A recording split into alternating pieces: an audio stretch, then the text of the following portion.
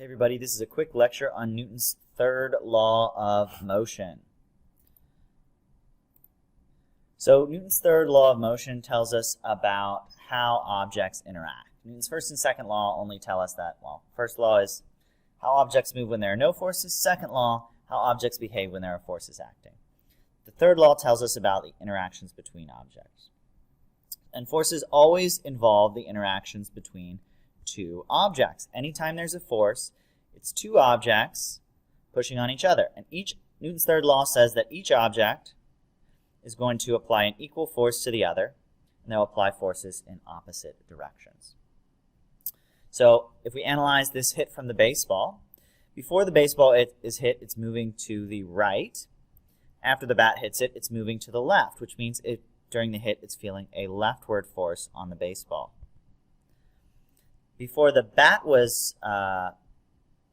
hit the baseball, it was moving to the left, and after the hit, it slows down, which means it has to feel a rightward force.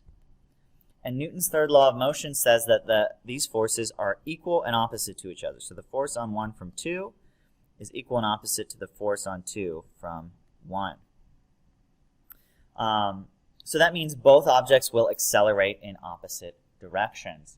And you can think about this if you're standing on ice, for example, and you push off of your friend, you're both going to accelerate backwards because you're both pushing on each other. This is Newton's third law of motion. Sometimes it's stated as for every action there's an equal and opposite reaction. And these forces, this action force and this reaction force, they're called action-reaction pairs. The two forces that are involved in any particular interaction.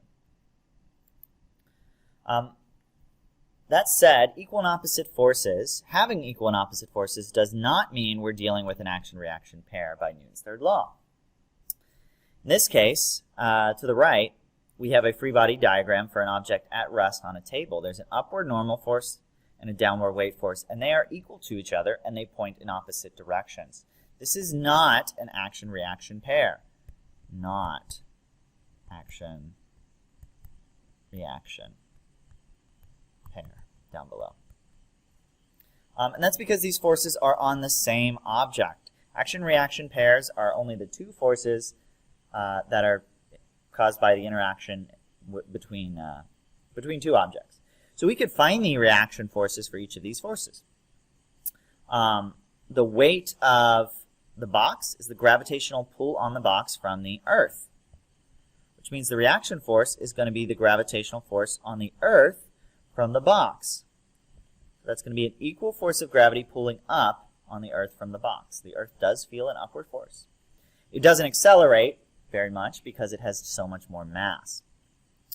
The normal force is caused by the upward push from the floor, which means that the floor is going to feel a downward normal force from the box. And it's going to be equal in magnitude and opposite in direction. So let's do one more analysis of action-reaction pairs. Let's think about a jet flying. Let's just think a constant velocity. Just to simplify things. It doesn't really matter. The action-reaction pairs are going to end up being the same. So I'm going to start by diagramming the forces acting on this jet. First of all, there's a force of gravity down, mg. There's going to be a thrust force forward, which I'm going to call F thrust. There's a lot of air drag, so I'm going to say FD for drag. There's an upward force that keeps the plane up. That's the lift force.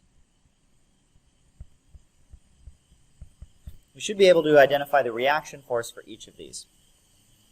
So the reaction force.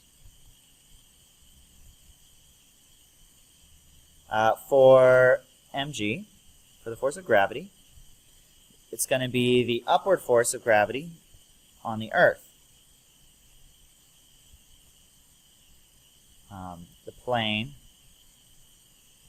pulls the Earth up. And it's an equal force to what the plane is pulled down with.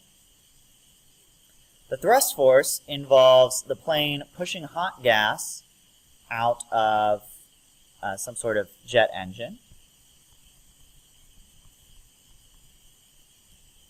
And that's the reaction force. the gas pushes on the plane forward. That's technically where the thrust comes from. And the plane pushes gas out.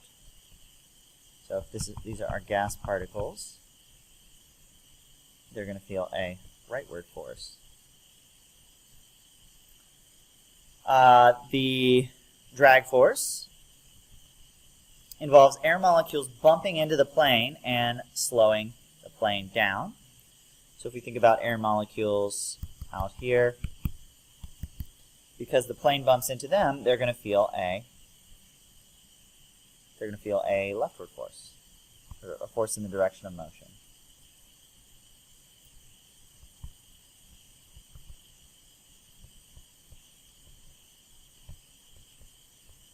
They push on the plane to slow it down.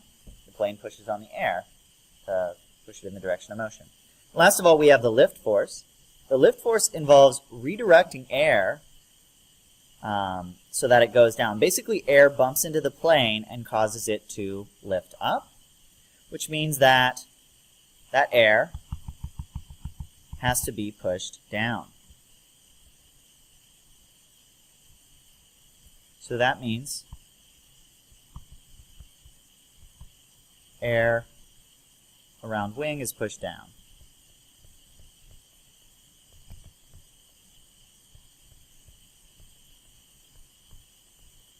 This is how we get lift.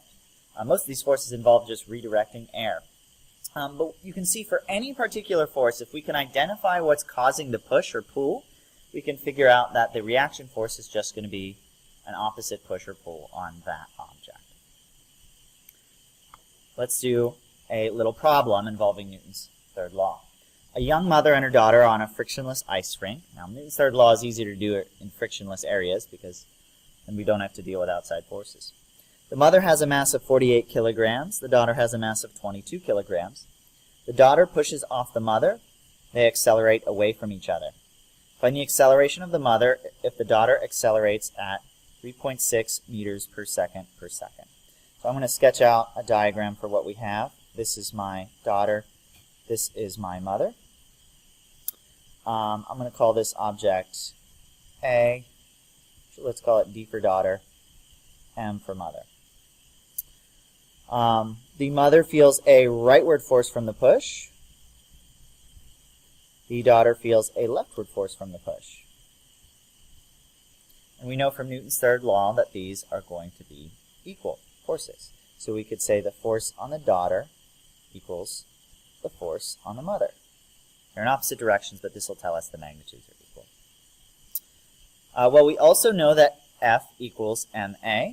So we could say mass of the daughter times acceleration of the daughter equals mass of the mother times acceleration of the mother.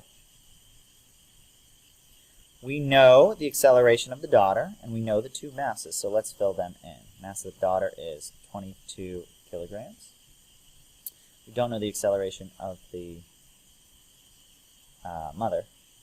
22 kilograms times 3.6 meters per second squared equals 48 kilograms times acceleration of the mother. So we can now solve this for AM by dividing both sides by 48.